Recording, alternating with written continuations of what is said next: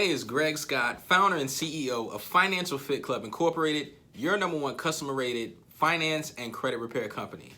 Your financial tip today is why you're not ready to invest. Now, there are some minimum requirements, some things you want to take care of before you start thinking about investing. First is building an emergency fund. You want to have at least 3 months' expenses in your savings account to take care of car repairs, home repairs, birthdays, vacations, or anything that could come up that would normally disrupt your budget. You want to have that money to the side to take care of that shortcoming. Without that, and you begin investing, if you start losing money in those investment endeavors, now it starts to affect your actual month-to-month paying bills, and you definitely don't want that.